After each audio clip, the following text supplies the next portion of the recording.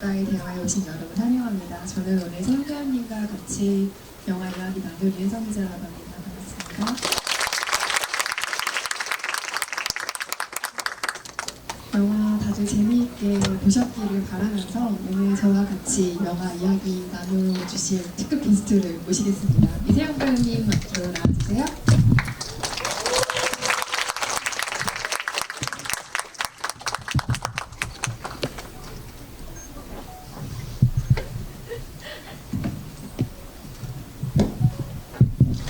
안녕하세요.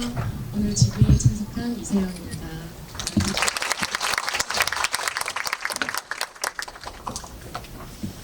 저희가 세영 배우님 출연작으로 이야기를 나누고 지금 출연하지 않으시며 이야기 나누는 건 처음이었죠? 네, 수성모 집회 때 같이 말씀을 나눴었는데 이렇게 출연작이 아닌 영화로 관객분들과 함께 시간을 보내서 영광으로 재밌게 잘 해보도록 하겠습니다. 네, 어떤 이야기 들려주실지 정말 기대를 하면서 저도 왔는데요. 오늘 어마어마하게 더운 날이었죠. 오늘이 대서라고 하는 거를 저도 오늘 아침에 뉴스를 듣고 알았는데 1년 중에 가장 더운 날 이사를 보고 또 특별한 토크 프로그램까지 나누게 돼서 올 여름을 기억할 때 이 날을 굉장히 오래 기억하지 않을까 하는 생각으로 우선 왔습니다. 영화 이야기 본격적으로 시작하기 전에 요즘 어떻게 지내셨어요? 근황만 간단하게 얘기하고 시작할까요? 저는 재혼항로라는 시리즈 촬영을 하고 있고요. 영화 크랭크인을 앞두고 있어서 두 가지 작품을 준비하고 있습니다. 역시 바쁜 일정으로 또 여름을 보내고 계신 근황을 또 앞으로도 계속 팔로우 해주시겠죠? 작품이 또 공개될 때도 만나뵈면 좋겠고요.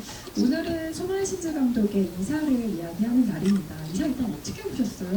근황의 전반적인 어떤 생각들 들었는지 소감부터 이야기해볼까요? 일단 처음 이제 봤을 때는 아역 배우만 정말 눈에 보였던 것 같아요. 너무 반짝반짝 빛이 나고 또 너무 잘하고 그래서 찾아봤더니 데뷔작이더라고요. 근데 어떻게 저렇게 살아 숨쉬듯이 그 인물 그 자체가 돼서 연기가 아닌 것 같이 연기를 하니까 대단하다. 어떻게 저 나이에 저렇게 연기를 하지? 이런 생각을 많이 했었고요. 또 이 손아이신지 감독님이 진짜 한 장면 한 장면 모든 미장센이나 사운드나 의도하지 않은 부분이 없는 것 같다. 정말 디테일하시고 이게 처음 볼 때랑 두 번째 볼 때랑 보이는 것도 되게 다르고 이렇게 섬세하게 표현을 하시나 하는 생각도 많이 했고요. 되게 드라마를 저는 좀 더 많이 했기 때문에 드라마랑은 좀 많이 다르다. 그러니까 말로 설명하기보다 되게 호기심을 자아내면서 그냥 뭐지? 하고 궁금해서 따라가 보면 인물이 뭘 향해 가는지 그냥 거기서 딱 보여주고 그런 것들을 보면 되게 심플하면서 놀랍고 재밌고 그렇게 전반적인 소감을 아마 비슷하게 영화를 보고 인상을 받으신 채로 지금 객석에 다들 앉아 계신 게 아닐까라는 생각해보고요. 영화가 폭풍을 치는 밤에 시작을 하잖아요. 그리고 여느 집에서 잘 쓴 것 같지 않은 굉장히 예리한 가게 삼각형 식탁의 가족이 둘러앉은 모습으로 이 영화에서 주인공과 가족의 풍경이 소개가 처음 되는데요. 그 모양이 사실 불안하고 불균형적으로 놓여있기 때문에 게다가 삼각형 중에 가장 날카로운 각이 스크린 앞쪽으로 배치되어 있는 바람에 관객의 마음을 아주 예리하게 찔러버리는 듯한 예각으로 영화가 날카롭게 시작을 하죠. 하지만 그때 렌이 하는 말이라고는 식탁에서 대화가 활기를 띠는 명랑한 가정 뭐 이런 식의 갑자기 CF 대사 같은 걸 하면서 시작을 하잖아요. 범상하지 않은 시작을 알리는 이사의 첫 장면이고요. 이사, 그러니까 무빙이라는 제목 자체가 의미가 있지만 이것을 이전과는 다른 상태로 이동하는 움직임이라는 의미로 읽을 때 조금 더 구체적인 영화의 의미가 발생하는 것이 아닐까라는 생각이 듭니다. 아버지가 실제로 물리적인 이동을 하기도 하고 영화가 거치는 여러 장소의 무빙, 이동이 있고요. 또 심리적으로는 이전 세계와 다른 세계로의 이동을 하는 다음 세계로 나아가는 렌의 성장이 있는 작품이기도 합니다. 아까 렌이 너무 생생하다. 어떻게 저 나이에 저런 연기를 할 수 있을까라고 하셨지만 사실 본인도 하셨잖아요. 어릴 때 연기를 하셨던 걸 생각하면 처음 이세영 배우 등장하고 여러 작품에 출연했을 때 저희가 느꼈던 감상을 사실 아까 얘기해주신 셈인 거죠. 비슷한 나이대, 그 영화 속에 렌을 연기한 배우와 비슷한 나이대에 스크린에서도 이미 여러 캐릭터를 연기하셨는데 정말 잊을 수 없는 9살 인생의 우림도 있고 당당하게 이름을 밝힐 수 있는 여자 장우림도 있고 여선생대 여제자의 미남도 있고 13살 수아의 수아도 있고 아주 다양하게 이세영 배우가 어린이 시절에 거쳐왔던 캐릭터들이 떠오르는 영화이기도 한데요. 현장에서 어린이로서 직접 캐릭터를 연기할 때 보던 현장의 어떤 느낌이 있고 그 이후에 어린이가 주인공인 영화를 성인이 돼서 볼 때 좀 달리 보이는 것들이 있을 것 같아요. 눈여겨보게 되는 것도 좀 있지 않을까 싶기도 하고요. 저는 그냥 했고요. 이렇게 연기한 어린 배우들이 연기한 작품들을 볼 때는 정말 매번 놀라는 것 같아요. 어떻게 저렇게 연기를 하지? 나는 전화할 때 저렇게 못했던 것 같은데 그런 생각을 많이 했고 그 아까 그 예리한 이등변 삼각형 그 식탁 말씀하셨잖아요. 거기서부터 일단 범상치 않았던 것 같아요. 이 아이가 그 둘 사이에서 자기가 말하지 않으면 그냥 침묵만 이어지고 그 식탁에서 막 눈치도 보고 이렇게 저렇게 분위기 전환을 시도해보고 그리고 아빠가 이렇게 나가니까 눈치를 보는 그 표정이나 이런 게 너무 매력적이고 이 친구 너무너무 반짝반짝 빛이 난다. 그래서 영화 끝날 때까지 너무 그 매력에 빠진 것 같아요. 저는 그 나이 때 그렇게 연기를 못했고 마치 이 친구는 저는 연기를 했는데 이분은 저보다 많이 있으시죠. 80년생이시니까요. 네. 예. 와 그냥 그 인물 자체로 살아 숨쉬는 것 같아요. 되게 그리고 절제된 듯한 감정. 그게 너무 놀랐어요. 말씀하신 모든 표현에 동의를 하지만 나는 저 나이 때 저렇게 하지 못했다라는 표현에 저는 절대 동의할 수가 없고요. 혹시 이세영 배우가 어린이 시절에 스크린 연기를 하는 거 혹시 보지 않으신 분들이 있다면 이 날 이후로 한번 챙겨보십시오. 굉장한 어린이가 또 그 안에 있습니다.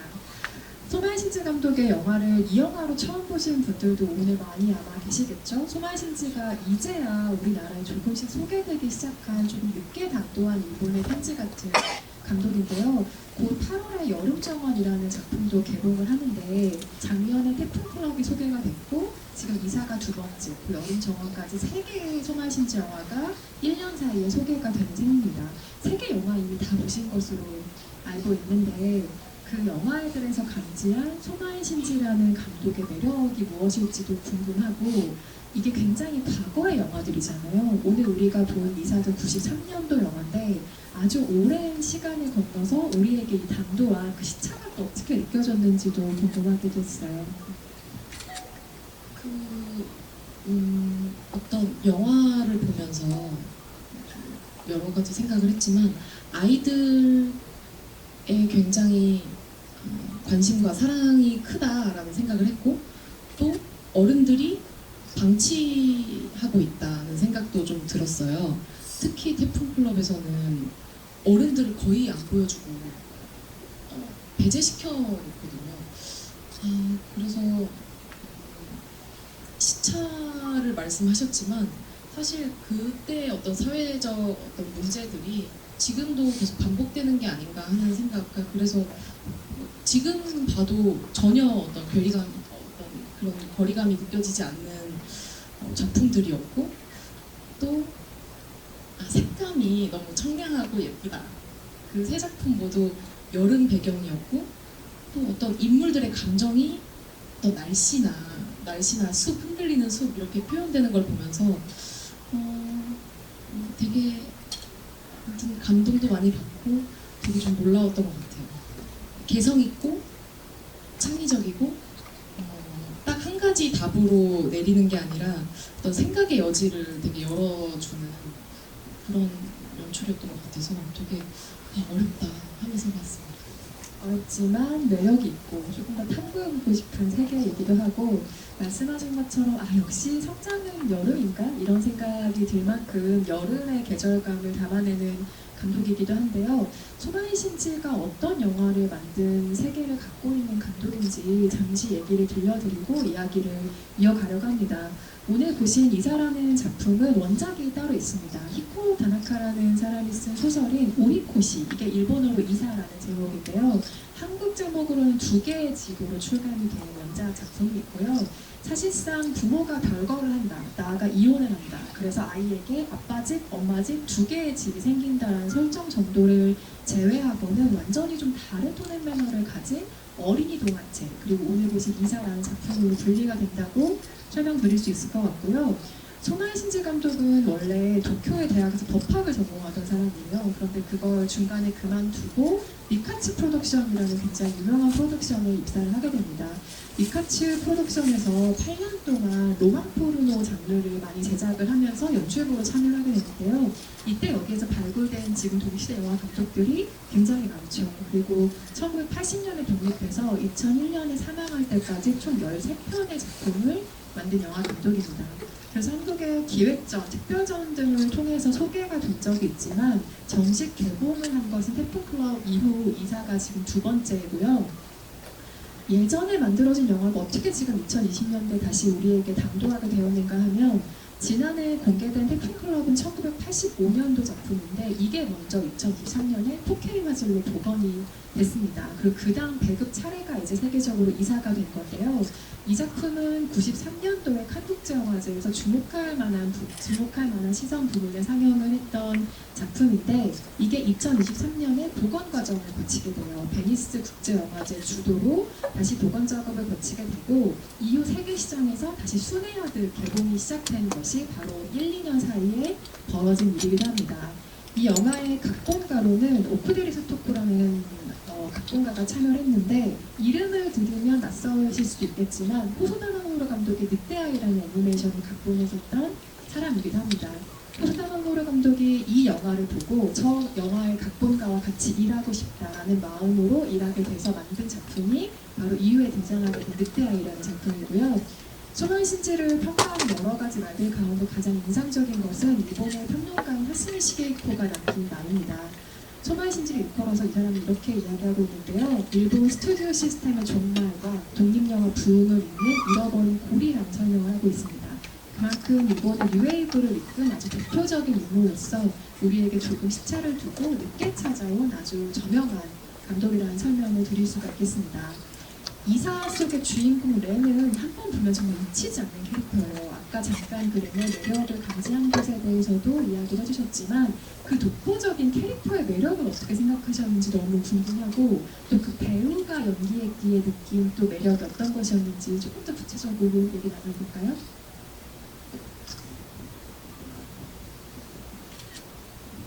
렌은 저는 렌이랑 배우가 분리돼서 보이지가 않는 것 같아요.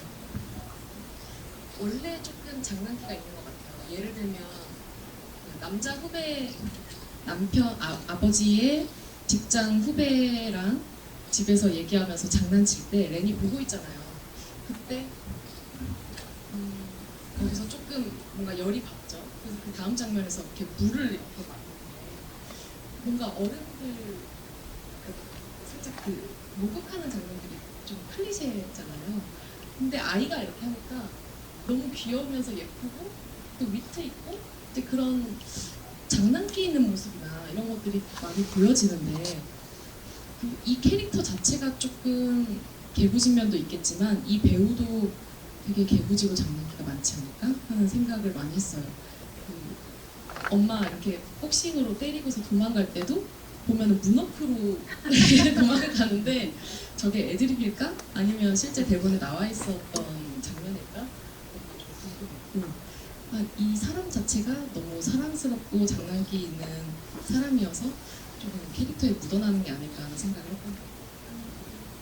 저는 렌의 재미있는 지점 중에 하나가 알만한 건 아는 나이라는 점인 것 같아요. 그러니까 이보다 더 어려도 사실 이 느낌이 안 나올 것 같고, 이보다 조금 성장한 시기에 같은 일을 겪고도 아마 이 느낌이 안 나올 것 같다 딱 이 12살, 13살 요 무렵에 여자아이가 부모의 별거를 통해 겪을 만한 감정을 그렸기에 이 영화가 정말 매력 있는 것 같다라는 생각이 들었는데 실제로 속이 깊은 부분이 있어요. 아빠랑 식탁에 마주하고 있을 때 아유 이 양반이 혼자 뭐 제대로 먹고 살 수가 있을지 걱정을 하는가 하면 어머니가 술을 너무 많이 마시고 집에 들어왔을 때 이웃들이 우리 엄마를 어떻게 볼까 하면서 걱정을 하면서 주의를 줄 줄도 아는 그러니까 타인의 시선과 평가를 아주 정확하게 인지하기 시작한 나이 학교에 가면 이게 어쩌면 놀림거리나 나를 따돌릴 만한 어떤 요소가 될 수도 있다라는 걸 감지하기 시작한 나이에 부모의 별거는 아마 이 아이에게 굉장히 큰 영향이겠죠. 그리고 부모들은 번번이 그 마음을 놓쳐버리죠. 마치 기린 인형을 아버지가 잡지 못하고 슬로우 화면으로 무심하게 계단 밑으로 떨어지는 장면을 보여주는 것처럼 놓치게 되는데요.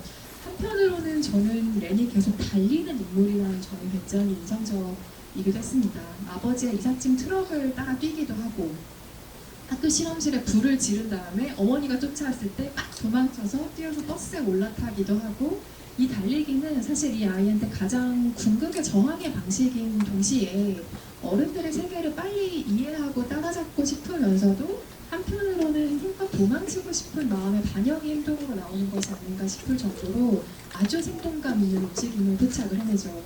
이 렌을 연기한 배우는 타바타 토모코라는 배우였는데요. 이 역할을 연기할 배우를 찾기 위해서 정말 많은 오디션을 제작진이 보았다고 합니다. 그러다가 전통 일식집을 대대로 운영하는 타바타 가문에 초등학생 딸이 있다라는 이야기를 듣게 된 거예요. 그래서 그 이야기를 듣고 이 어린이를 만났는데 이 어린이가 달리고 막 이런 모습을 가만히 유독 관찰하다가 어린아이인데 왜 이렇게 얘는 느리게 움직이지? 라는 생각을 감독했대요. 그래서 침착하다는 게 아니라 평소 행동이 느리기 때문에 달릴 때 유독 빠른 느낌의 어린아이라는 인상을 받았다고 합니다. 그래서 평소에 기쁨이든 노여움이든 슬픔이든 행복 같은 걸 조금 많이 쌓아두고 사는 아이가 아닐까라는 생각에 렌으로 캐스팅을 했다고 하고요.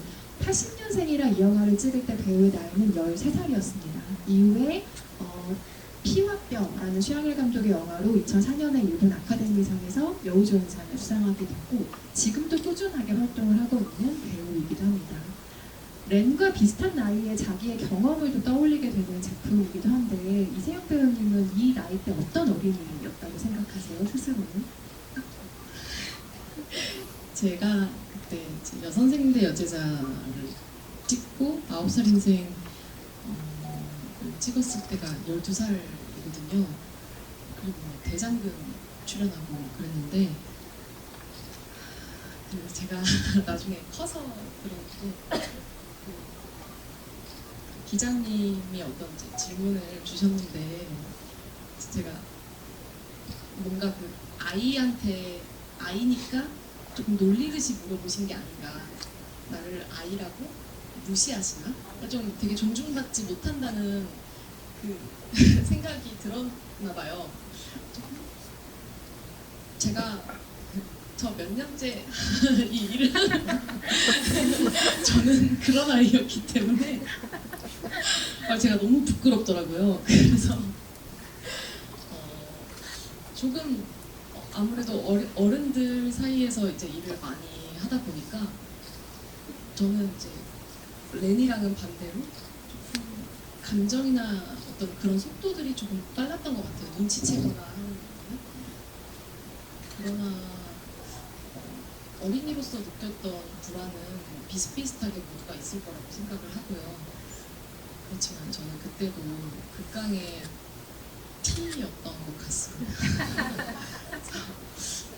만약에 저였다면 되게 감정이 흔들리고 하겠지만 어쩔 수 없는 일이라고 그냥 체념하고 받아들이고 그랬을 것 같아요. 근데 제가 당사자가 아니니까 정말 그건 겪어보지 않으면 모르는 일인 것 같습니다.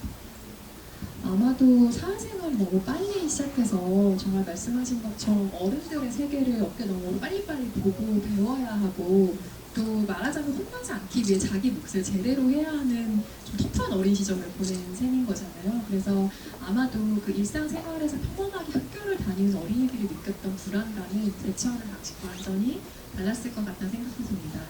인상적으로 남는 장면들이 굉장히 많은 작품이긴 한데요. 이세영 배우는 어떤 장면들 기억에 남으세요? 정말 너무 많았던 것 같아요. 처음에 급하게 학교에서 뛰쳐나와서 막 달리잖아요. 그 연두색 티셔츠를 입고 그러면서 이쪽으로 쭉 뛰면서 길 건너편을 계속 가요. 그러고서 쭉 가면 이삿짐 차가 있고 그래서 왜 자꾸 저쪽을 이렇게 껑충껑충 뛰어가지고 보지 하면은 이제 아빠가 있는 가. 그런 부분도 그냥 좀 보였던 것 같고 거기에 뭐가 있는지 굳이 보여주지 않잖아요. 또 엄마가 아이가 아빠 집에 가는 사이에 이제 귀가했을 때 혼자 방문을 아주 조금 열어서 보고 다시 다니는데 그때도 굳이 보여주지 않고 그런 것들도 많이 보였던 것 같고 또 엄마가 먼저 그 둘만의 계약서를 위반을 하잖아요. 그러고서 엄마가 말한 대로 빨래를 걷고 하다가 되게 레는 그래도 착하구나 되게 어른스럽다 생각을 했는데 갑자기 뚜벅뚜벅 가서 엄마가 먼저 이제 계약을 위반했으니까 이런 느낌으로 북 찢는 거예요. 그래서 저는 그게 너무 웃겼어요. 그러고 그 다음 장면에 보면 엄마가 봤을 때 완전 산산조각 갈기갈기 찢어놓고 그러니까 되게 느리지만 감정 표현이나 이런 게 뭔가 명확하고 되게 야무진 친구 같다. 그러니까 너무너무 매력있다는 생각을 했고 또 색감도 조금 궁금했어요. 그 어떤 이게 현실이고 이 문제를 완전히 인지한 순간부터는 다시는 연두색을 입지 않더라고요. 그 렌이 잠옷은 초록색인데 빨간색, 노란색, 그리고 흰색 그렇게 입고 그런 어떤 의상의 색깔 이런 게 다 좀 의도된 건가 하는 생각도 들었고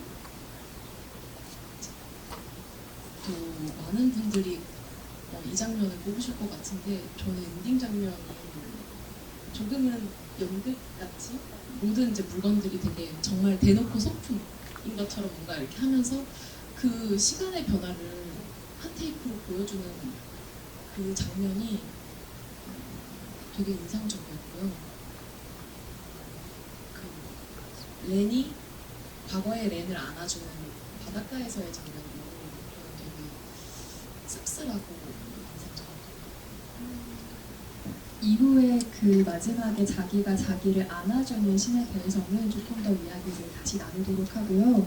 사실 소만신지 감독의 영화로 이 영화를 처음 보신 분들은 이후의 작품을 보실 때 조금 당황스러우실지도 모르겠어요. 왜냐하면 사실은 이렇게 말랑하고 청량한 정서만 만드는 감독은 전혀 아니거든요. 예쁜클럽 같은 작품을 보신 분들이라면 그 에너지를 조금 감지하실 텐데요. 소만신지가 가지고 있는 그 불균질한 에너지가 가장 구체적으로 튀어나온 장면은 렌이 화장실에 자발적으로 본인을 가뒀을 때 장면이죠. 이때 아마 촬영 상황을 생각해보면 매직아워 안에 찍느라고 정말 온갖 고생을 배우들이 했을 텐데 그 좁은 복도에서 4명의 어른이 거의 얽히고 설켜있는 이 장면의 씬을 볼 수가 있습니다. 아마도 결혼 생활에서 드러나지 않았던 것, 그러니까 왜 이 부부가 결국에는 별것까지 선택할 수밖에 없었는가에 대한 감정적인 촉발이 처음으로 드러나는 장면이고 카메라 각도도 굉장히 이전과는 다르게 폐쇄공포 쪽을 부를 정도로 갑갑한 앵글을 사용하고 있습니다. 갈라진 관계 그리고 균열이 어떠한 폭력성을 가져오는지에 대해서 구체적으로 보여주는 장면이기에 인상이 깊은 장면이고요. 이 장면을 포함해서 이 영화에서는 롱테이크 장면을 굉장히 많이 감지하실 거라는 생각이 듭니다. 사실 롱테이크라고 하는 것이 전 세계에서 소만의 신지 한 명만 쓰는 기법은 당연히 아니죠. 그런데 이 롱테이크 안에서 배우들에게 얼마나 자율성을 열어주는가는 조금 다른 차원의 문제인 것 같습니다. 배우의 움직임과 표정을 포착하는 방식과도 이 소만의 신지 롱테이크와 관련이 있다는 생각이 드는데요. 질주하고 싸우고 분주하게 그 역동하는 배우들의 움직임에 공간을 열어주는 카메라로서의 롱테이크를 사용하고 있다는 인상을 주는 거죠. 말하자면 인물들이 공간에 그냥 자유롭게 다니도록 내버려 두는 거죠. 대표적인 장면으로는 집에서 나즈나와 렌 사이에 갑작스러운 술래잡기가 벌어지는 장면 같은 것들을 꼽을 수가 있겠습니다. 그래서 이 소마의 신지 감독이 쓰는 롱테이크는 인물의 어떤 표정의 미묘한 변화를 잡아낸다기보다 행동의 변화에서 더 많은 것들을 포착할 수 있는 여지를 열어주는데요. 이를테면 걷다가 갑자기 뛴다, 웅크리고 앉아있다가 움직인다, 술 취한 나즈나가 갑자기 바닥을 기어서 시어머니 사당 앞에 가서 신세한탄을 한다.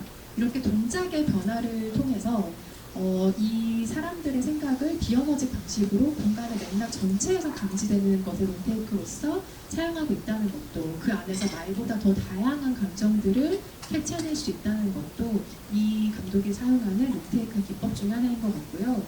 원작 소설이 있다고 아까 잠깐 이야기를 드렸는데, 그렇다면 사건이 어떤 식으로 진행이 똑같이 되는가가 궁금하실 것 같지만 사실상 별거한다는 설정 외에는 같은 게 하나도 없고요. 비와호에 가는 것도 어릴 때 비와호에 갔던 사진을 보는 정도로만 제시가 되기도 하고, 엄마가 처음에 계약서를 내밀었을 때 다시 그 내용을 고쳐서 레인이 자기만의 계약서를 읽는 장면도 있고, 뒷부분의 축제부터의 장면은 사실상 이 영화가 거의 만들어낸 장면이라고 봐도 좋을 정도로 원작과 차이가 있긴 합니다.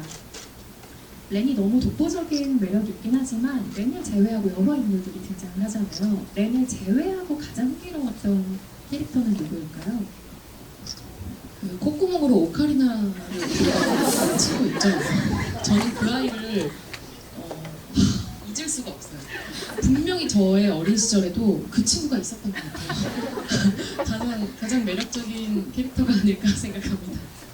그 캐릭터 진짜 매력 있죠. 아까 그 늑대아이의 각본을 쓴 각본가와 같이 이야기를 썼다라는 말씀을 드렸는데, 어린아이에 있는 그대로의 존재의 감수성을 그 오카리나 장면을 통해서 표현해준 것이 아닌가 싶고, 아이들은 사실 갑자기 되게 기이하게 행동하고 얘기를 하잖아요. 예를 들면 뭐 말씀하신 코로 오카리나 연주하거나 미노루가 야 지금도 간신히 봐줄 만한데 뭐 이런 식의 얘기를 한다던가, 그런 식의 포착까지 놓치지 않고 잡아낸 것이 이 영화의 각본상의 특징이라는 생각이 들고요. 저는 사실 그 후배 연인이 굉장히 기억에 남아요. 왜냐하면 이게 90년대 초반 상황인 걸 생각을 하면, 한국도 마찬가지지만 전 세계적으로 이게 대가족 구조가 점점 붕괴가 되고, 우리가 살면서 굉장히 얘기 많이 들었던 핵가족 시대, 뭐 조금 소규모 가족의 시대가 도래한 딱 그 시점인데, 그러니까 여전히 사회적인 금기로 받아들여지긴 했지만 그래도 사회적인 분위기 안에서 이혼, 별거, 한부모 이런 식의 구조가 조금 당연하게 받아들여지기 시작했던 시기라는 점에서 이 커플이 굉장히 재미있는 건데, 이 후배와 애인이 결혼과 출산을 확신하지 못하는 순간들을 보여주잖아요. 임신을 한 것 같은 상태임에도 불구하고. 그래서 그 가정은 과연 그럼 안정적인 것인가? 별거를 선택하지 않는다고 저건 괜찮은 건가라는 것을 렌의 시선으로 사실은 보게 되는 거죠. 정상가족이라고 하는 불안정성을 우리가 렌의 시선을 통해 보게 되는 건데, 대화를 엿듣잖아요. 그 둘이 하는 대화를 엿듣고, 그렇다면 너는 자연스럽게 머릿속에 이런 질문을 심게 되겠죠. 그럼 나는 왜 태어났지? 우리 엄마 아빠 나를 왜 낳았지? 라는 의문을 가질 법한 구조를 그 커플을 통해 심어준다는 점도 사실 굉장한 캐릭터의 어떤 밀도를 보여주는 장면이라고 할 수가 있겠습니다. 영화를 보면서 이런 장면은 이런 상징이 좀 있는 것 같아 라고 해석을 즐겁게 붙일 만한 영화라는 생각도 드는데요. 흥미롭게 발견한 상징이 좀 있으셨어요? 방금 말씀하신 장면 이후에 그 엄마가 유리창을 깨고 이제 그 복도에서 대치를 하잖아요. 그때 보면 그 여자 후배도 꽃 무늬가 들어간 원피스를 입고 있고, 렌도 꽃 무늬 원피스를 입고 있거든요. 그래서 나머지는 다 뭔가 셔츠에 그 정장 바지 같은 옷차림을 하고 있고요. 그래서 뭔가 이 둘을 조금 더 이렇게 무녀처럼 보이게, 그러니까 오히려 타인과 그렇게 연출을 한 건가 하는 생각도 들었고, 그 이제 엔딩쯤에 나오는 바닷가 장면에서 모녀가 같이 꽃무늬 원피스를 입고 있거든요. 그래서 그때가 되게 호시절이었기 때문에 호시절이거나 혹은 얘가 엄마가 될 거라, 그래서 나중에 아이를 낳으면 그 아이 또한 렌처럼 될 거고, 이 후배 또한 렌의 엄마처럼 뭔가 괴로워한다, 그런 걸 암시하는 걸까 하는 생각을 했고요. 그리고 조금 계속 궁금했던 거는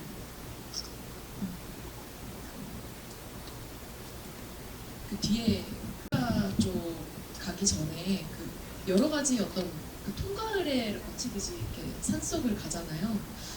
근데 이제 흰 옷을 입고 가는데 이제 계속 보른다 불러주고 배가 아픈 듯이 이렇게 웅크리고, 그래서 이게 초경을 분명히 의미하는 거겠다 생각을 했는데 끝까지 피는 또 묻어나오거나 하지 않더라고요. 그래서 어떤 의도로 이렇게 만드셨을까 하는 것도 좀 궁금했고요. 또 바닷가에서 엄마가 렌을 드디어 발견해서 축하합니다 하면서 그 말을 걸 때 시선을 돌리면서 카메라 렌즈 정중앙까지는 아니지만 되게 가깝게 렌즈 쪽을 바라보거든요. 마치 우리한테 말을 거는 건 아니지만 우리를 보라는 듯이 여러분들은 알고 있죠? 이런 느낌이었어요. 나는 그냥 모르는 척하고 혹은 엄마한테 티 안 낼 거야. 그렇게 의도를 한 건지 아니면 이제 저도 어렸을 때 카메라 렌즈를 많이 봤었거든요. 그런 단순한 실수였을까? 라는 생각이 들었어요. 근데 이제 제가 생각했을 때는 단 한 군데도 의도가 아닌 장면이 없을 것 같아서 어떻게 생각하시는지 좀 궁금해요. 저는 말씀하신 모든 것에 사실 동의를 해요. 그리고 그 배가 아파서 쪼그리는 장면 같은 경우는 이게 굉장히 재미있는 반응인데 남성분들이 그 장면을 눈치채셨을 수도 있겠지만 여성 관객들은 사실 직관적으로 눈치를 채는 장면이거든요. 초견이 시작이 되는 것 같다. 저걸로 뭔가 정신적으로든 육체적으로든 한 단계 앞으로 나아가는 상황인 것 같다는 걸 짐작을 하는데 남자 관객분들은 갑자기 배가 왜 아프지? 뭐 차가운 거 먹어서 그런가 정도의 인상으로 반응을 받아들이신다는 게 굉장히 그 장면을 두고 재미있는 차이이기도 하죠. 세영 배우도 그 장면을 당연히 기민하게 포착하신 점이 재미있는 것 같고요. 사실 렌즈를 바라볼 때 렌의 모습은 저는 생각하지 못했던 부분이에요. 그런데 여러 가지 의미가 있겠네요. 방금 말씀하신 의미 해석이 저는 맞다고 생각하지만 예를 들어 그 장면을 현장에서 너무 많이 찍다가 감독한테 그만 좀 찍어라는 느낌으로 다가봤을 수도 있지 않을까 하는 생각 들긴 하지만 태양 배우님 해석이 너무 좋으니까 우리는 이렇게 믿고 가는 거를 하죠. 제가 생각한 이 영화의 가장 중요한 상징 중에 하나는 비입니다. 사실 소마이 감독 영화를 보게 되면 비, 압도적인 양의 물 이런 게 굉장히 많이 등장을 하거든요. 보통은 인물들의 인생에 드리워진 어쩌할 수 없는 무게가 사실은 비, 쏟아지는 물 이런 걸로 표현되는 경우가 많은데요. 영화에서 렌이 비가 그쳤으면 좋겠어 라고 말하는 초반 장면이 있어요. 근데 장마를 사실 사람이 어떻게 물리적인 힘으로 막겠어요. 그러니까 부모의 별거를 막을 수 없는 것처럼 인물에게 육박해 오는 정말 신경쇠약에 걸리기 직전에 압박해 오는 무언가로서 영화에서는 물, 수영장, 샤워실, 비 이런 걸로 소마이 신지 감독이 표현하는 경우가 많은데요. 한 장면이 더 있죠. 마트에서 그 같은 반 친구를 만났을 때 처음에는 싸우다가 갑자기 친구가 됐죠. 마트에서. 그러다가 함께 비탈길을 올라갔을 때 아버지의 새 애인의 임신 소식을 듣게 되잖아요. 그 친구로부터. 그럴 때 렌의 불안은 갑자기 쏟아지는 비로 표현이 됩니다. 그런 식으로 인물에게 가해지는 심리적인 압박을 그런 물리적인 형태로 표현하는 것이 바로 엄청난 양의 비라는 해설을 드릴 수가 있겠습니다. 그리고 이 영화는 후반부에 이르러서 분위기가 엄청나게 전환을 하잖아요. 사실 초중반 분위기로는 그 비와호 주변에 아주 신비로운 모험의 분위기가 나올 거라고는 전혀 감지가 사전엔 되지 않는 부분이고요. 좀 영적인 분위기마저 풍기는 모험의 장면인데 이 같은 변화가 어떻게 느껴지셨는지도 궁금하고 영화 안에서 그런 톤의 변화가 왜 필요하다고 감지하셨을지 그것도 궁금합니다. 저는 그 시기부터가 조금 한 단계 넘어가는 변곡점 같은데요. 그 뒤에부터는 크게 사건이 없거든요. 근데 그냥 사건이 아니라 이 감정으로 서사로 그냥 끌고 가는 느낌인데 더 인물에 집중하기 위해서 그러지 않았을까 하는 생각도 했고요. 세 단계 정도 변화가 있었던 것 같아요. 제일 마지막에는 이렇게 무슨 문 같은 데를 통과하는 그 의식을 치르듯이 흰 옷을 입고 있잖아요. 처음부터 흰 옷을 입고 갔는데 물에 맞아서 받은 옷도 하얀 옷이고 그러고서 이제 그 산속을 헤매는 장면들이 처음에는 불길 때문에 되게 붉게 보이다가 어느 순간부터는 되게 푸르게 그 달빛을 받아서 푸른 조명으로 이렇게 보이고 이제 세 번째는 그 문을 통과하면서부터 이제 물과 불과 바다 그렇게 다 보이는 이제 그 해안가 이동을 했던 것 같아요. 그 말씀하신 것처럼 그 여름을 지나야 어떤 성장을 할 수 있듯이 꼭 거쳐가야만 하는 부분이기 때문에 그게 조금 강조하려고 하셨다는 생각도 들었고 또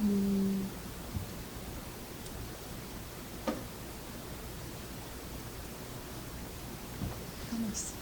조금 이따가 다시 네네. 구경할까요?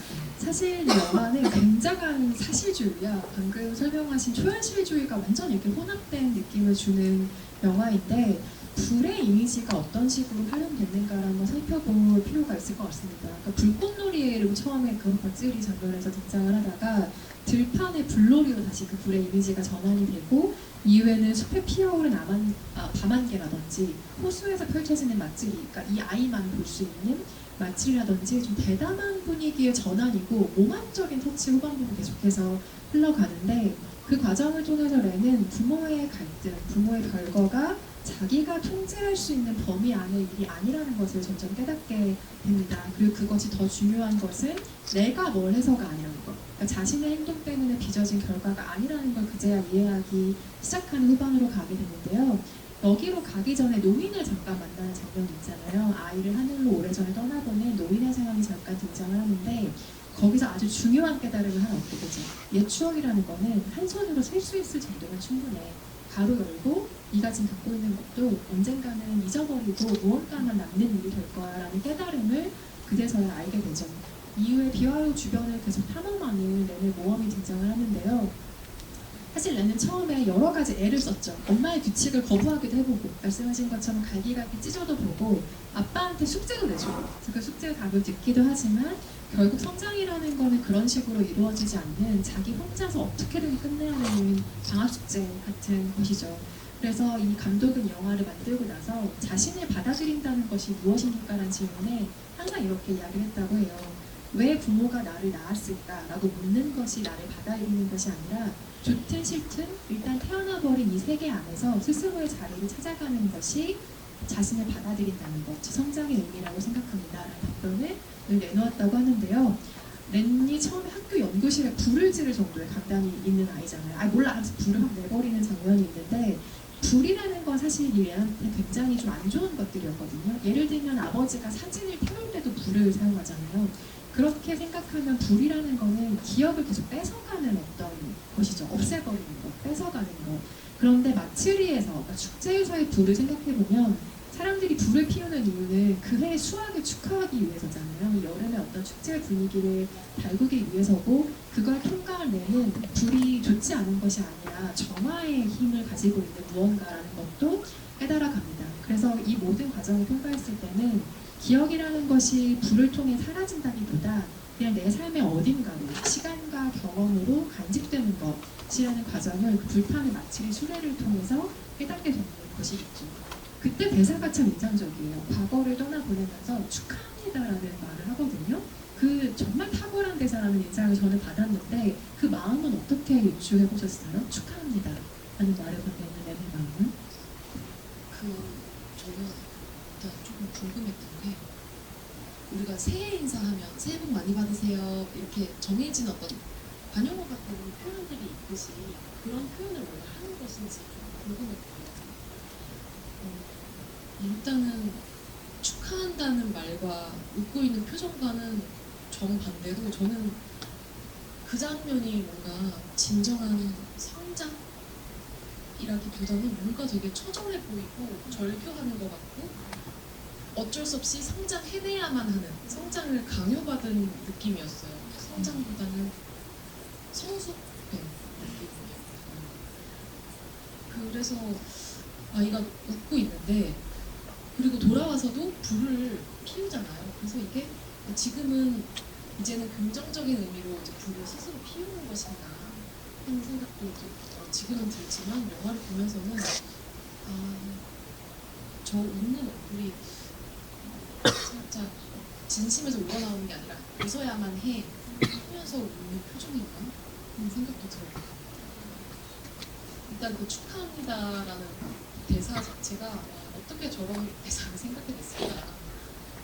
너무너무 그리고 되게 그 축하합니다라는 말을 할 때 그 과거의 그 행복했던 시절을 이렇게 보다가 갑자기 엄마 아빠가 아무 말도 없이 되게 좀 섬찟하게 뒤로 이렇게 가잖아요.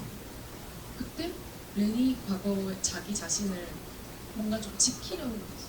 되게 다급하게 갑자기 축하합니다 라는 대사를 하거든요.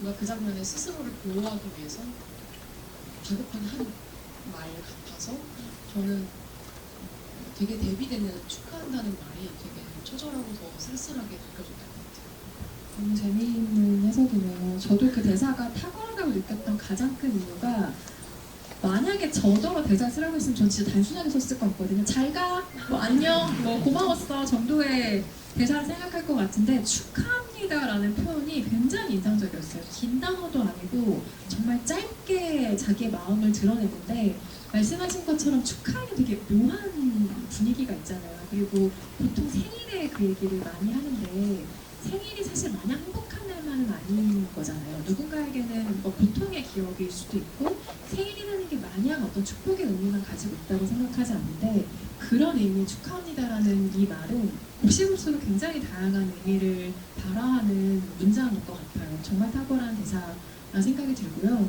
그 마지막 장면까지 보고 나면 그리고 엔드 크레딧 장면에서 아까 세영 배우가 짚어주셨듯이 여러 시간을 통과하면서 교복을 입은 것까지는 우리가 보게 되는데 이후엔 대체 어떤 아이가 되었나 너무나 궁금한 상상을 안고 영화관 밖을 나서게 되잖아요. 여러분 모두가 그 상상을 하시겠지만 이 원작을 쓴 작가가 상상한 렌의 이후의 모습이 있습니다. 원작 소설을 90년에 내놓고 2013년에 개정판을 내놓으면서 렌이 30대가 됐을 때 어떤 삶을 살아가고 있는지에 대한 글을 덧붙인 개정판이 있는데요. 제가 오늘 그 책을 가지고 와서 세영 배우님께 읽어달라고 부탁하고 싶은 대목이 있었어요. 그래서 렌이 어떤 어른이 되었는가를 세영 배우님이 이 작가의 시선을 통해서 한번 읽어주시기를 부탁드립니다.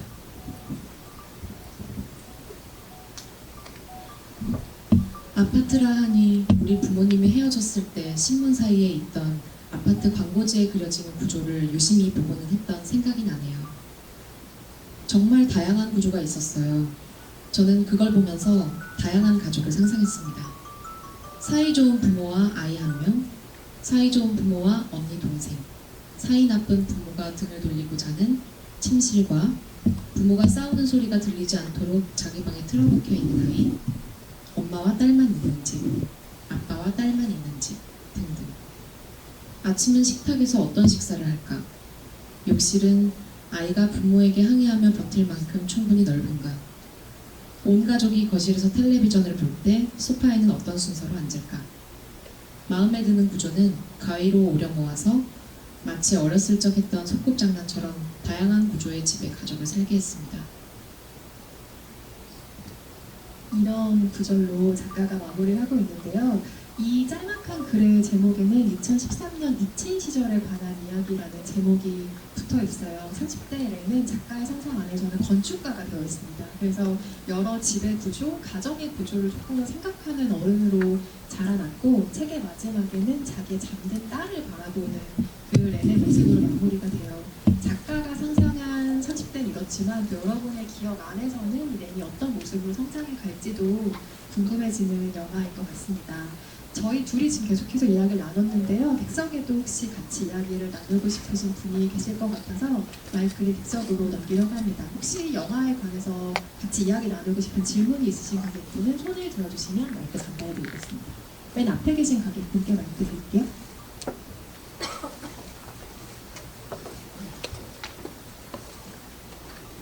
안녕하세요. 저는 지금 초등교사를 꿈꾸고 있어서 이번 영화를 보면서 아이들의 감정이나 표현, 그리고 상처에 대한 관심을 가져요. 이번 영화에서 아이들의 격렬한 반응들을 보면은 요즘 우리가 말하는 것들이 아이들이 떠오르고 좀 있던 것 같습니다. 특히 이혼과 죽음이라는 우리 아이가 감당하기 어려운 이별들이 겹치면서 렌이 모든 것을 거부하고 도망치는 모습은 단순한 반항이 아니라 설명되지 않은 어린이들의 논리에 대한 적절한 그리고 대항하는 저항처럼 느껴지기도 했어요.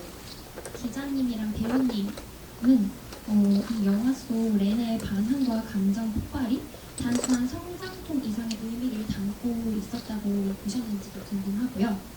또 요즘 사회에서 금쪽이라고처럼 이렇게 불리는 아이들의 모습과 이 작품이 어떤 연결점을 줄 수 있을지도 어떻게 느끼셨는지도 또 궁금해서 질문을 드립니다.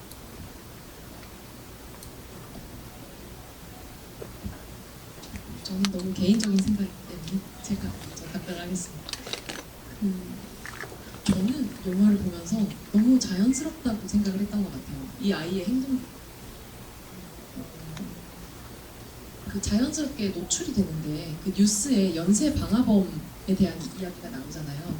근데 보면은 되게 알고 보면 아무것도 아닌 별거 아닌 이유로 그냥 불을 지르고, 그래서 렌도 이게 되게 이상한 행동이 아니라 그냥 그렇게 불을 낼 수도 있구나 하는 생각으로 조금 받아들였고, 또 저는 금쪽이 같다고 생각이 안 들었어요. 그리고 아이들은 무조건 부모의 탓이다, 부모 잘못이다, 그런 생각을 했어요. 아이 앞에서 아이가 그렇게 눈치 보게 하는 것도 학대이고, 저는 너무 렌이 안타까웠습니다. 그 렌처럼 안아주고 싶었어요. 그래서 렌이 하는 모든 행동들에는 어떤 이 아이가 느끼는 이제 감정과 이유들이 다 있을 텐데 어쩔 수 없이 이 아이는 애어른이 되어 가겠구나, 그런 생각이 들었습니다. 좋은 선생님이 되시길 바랍니다.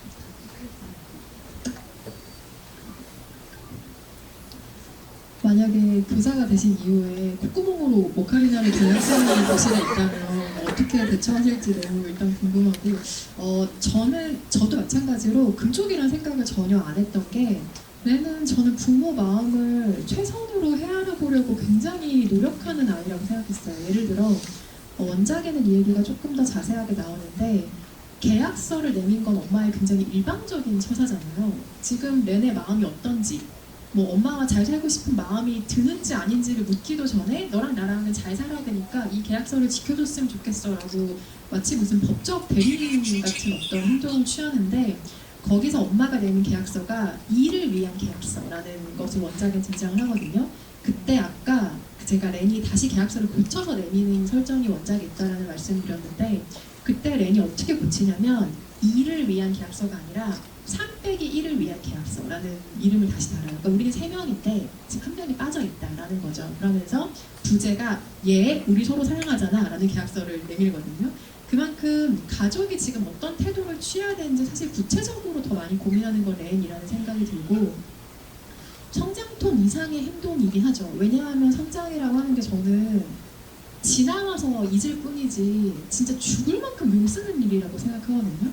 내가 이해할 수 없는 세계를 받아들이는 일이기도 하고, 나는 참았는데 엄마 아빠는 왜 이걸 참지 못하는 건지에 대한 스스로 답도 찾아야 되고, 변화하는 몸도 자기가 본능적으로 적응을 해야 되고, 거쳐야 될 게 너무 많은 시기예요. 그런데 이미 지나왔기 때문에 우리가 노인의 말처럼 기억할 수 있는 몇 가지만 가지고 있기 때문에 그냥 그 용수던 시절을 기억을 세세하게 못하는 것 뿐이죠.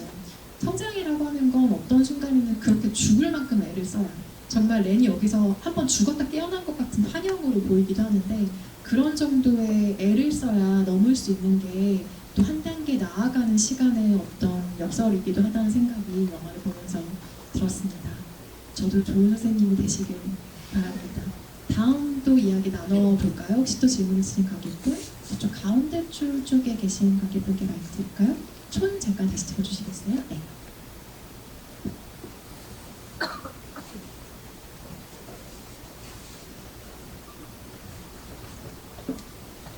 저는 일단 영화에서 노인분의 역할이 되게 중요했다고 생각을 하는데, 만약에 그 노인분이 감각에 대한 이점을 알려주지 않았다면 마지막 바닷가에서 같이 저희가 알아봤던 과거의 자신과 같이 틀렸는데서 부모님이 같이 잘렸을 거라고 생각을 해요. 만약에 바로 지한님이랑 부모님께서 이 노인 대신 이런 주민의 그날의 캐릭터를 만들어야 될 생각을 했을 때 어떤 캐릭터 만드실 것 같은지 궁금합니다.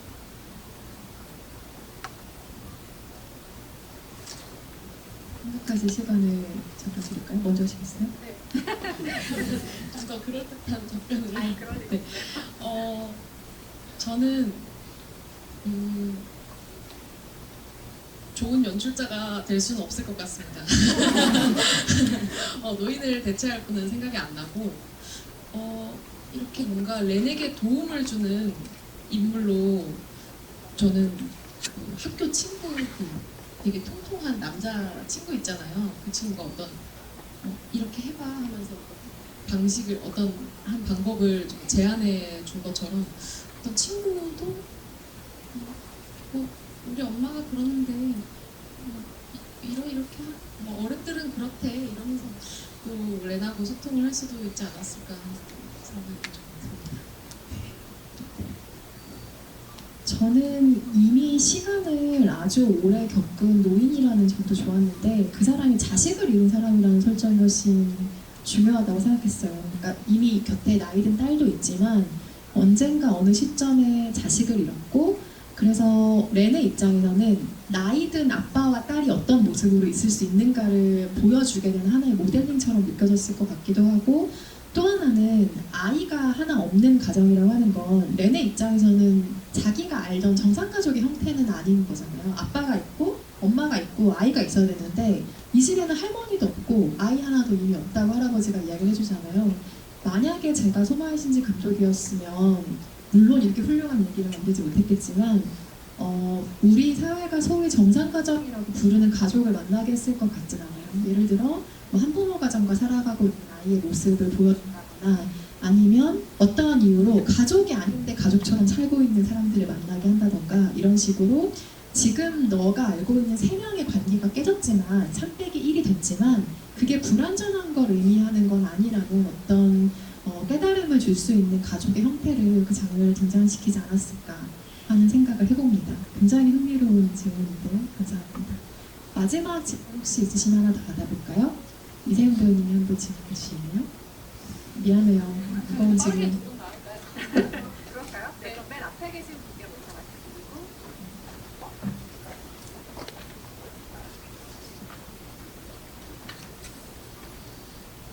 안녕하세요. 저는 그 후반부에 어두운 숲속에서 렌이 쭈그리고 앉아서 갑자기 소리를 지르는 장면이 있었는데 갑자기 왜 그런 행동을 했는지가 좀 궁금했고요. 불이 정화의 이미지라고 하셨는데 저는 그 부분을 들을 때 그 배경음악이 약간 장엄하고 약간 현악기가 되게 깊은 배경음이 깔려서 이 장면 되게 뭐라 해야 되지? 정화의 느낌보다는 좀 어두운 느낌을 주고 있다고 생각이 드는데 그 정화의 의미라고 말씀을 해주셔서 뭔가 그렇게도 이해를 할 수 있구나 라는 생각이 들었습니다. 감사합니다.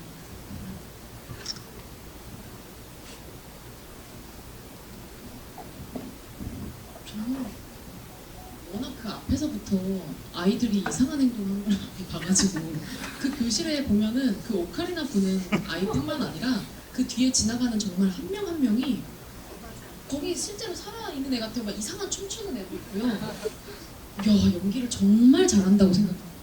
어떻게 저렇게 연기를 할까.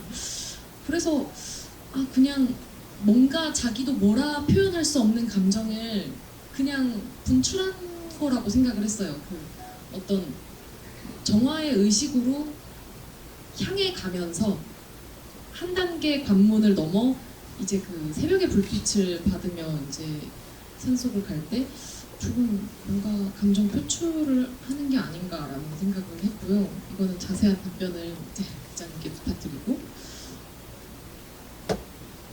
또 그 흰색 옷이 뭔가 의식을 치르는 것 같기도 하지만 정화의 의미가 있잖아요. 그래서 불이랑 어떤 여기서는 어떤 의도로 그런 음악과 연출을 하신 건지 저도 궁금합니다. 글쎄요. 일단 그 음악에 대해서부터 얘기를 하면은 사이구사 시게야키라고 일본 영화만 굉장히 많이 담당했던 음악 감독의 음악인데 말씀하신 것처럼 아빠랑 오토바이 타는 장면부터 음악의 톤이 조금 바뀌잖아요. 그 전에는 굉장히 발랄한 오카리나 베이스 음악들이 들리다가 갑자기 굉장히 장엄한 분위기의 음악으로 바뀌는데 말씀하신 것처럼 저도 어떤 부분은 이게 좀 장송곡처럼 진홍곡처럼 들리는 어떤 느낌마저 있기도 했어요. 그래서 말씀하신 것처럼 후반부에 렌이 하얀 옷을 입고 그 숲속을 헤매는 장면은 어떤 의미에서 한번 죽었다 깨어나는 것처럼 보이기도 해요. 완전히 다른 존재로 다시 나아가야만 가능한 어떤 성장을 겪는 과정으로 보이기도 하는데 그런 의미에서 그 음악이 굉장히 잘 붙었다는 생각이 들고 이것은 어떤 그 영화 기자라기보다 그냥 관객 1로서의 입장인데 인간적으로 소리 지를 장면 하나는 줘야 된다고 생각합니다. 너무 답답한 상황이 많고 어린아이가 감내해야 될 상황이 너무 많잖아요. 저는 그 장면도 안 줬으면 소마이신지 감독이 좀 너무하다고 생각해요. 그렇게라도 소리를 지를 수 있는 아이로 남을 수 있어서 오히려 다행이라는 생각을 했던 장면입니다. 시시한 답변이네요. 죄송합니다. 보면은 아이가 울어도 소리 내서 우는 장면이 하나도 없어요. 누워서 울 때도 눈물이 흐르지도 않고 그냥 딱 맺혀 있고 화장실에서도 그 엄마가 유리창 깬 이후에 이제 화장실에서 혼자 울잖아요. 그러니까 그때도 소리 하나 내지 않고 있거든요. 그 소리 지르는 것도 막 되게 과격하게 막 왜 이런 식으로 소리 지르는 게 아니라 뭔가 야호 하듯이 그냥 소리를 지르거든요. 그러니까 이게 뭔가 아이답지 않다는 생각을 했어요. 아까 어디서 손들었어요? 끝에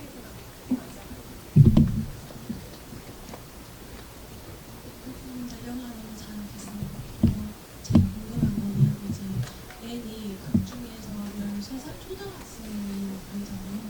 근데 만약 렌이 중학생이나 고등학생 그 나이도 사실 미성숙한 나이기도 하고 되게 뭔가 사춘기도 조금 겹고 그럴 텐데 만약 렌의 나이대가 그렇게 중학생 또는 고등학생일 경우에 렌의 감정이나 뭔가 크게 특별한 특징 그런 게 어떻게 조금 바뀌었을지에 대한 질문입니다.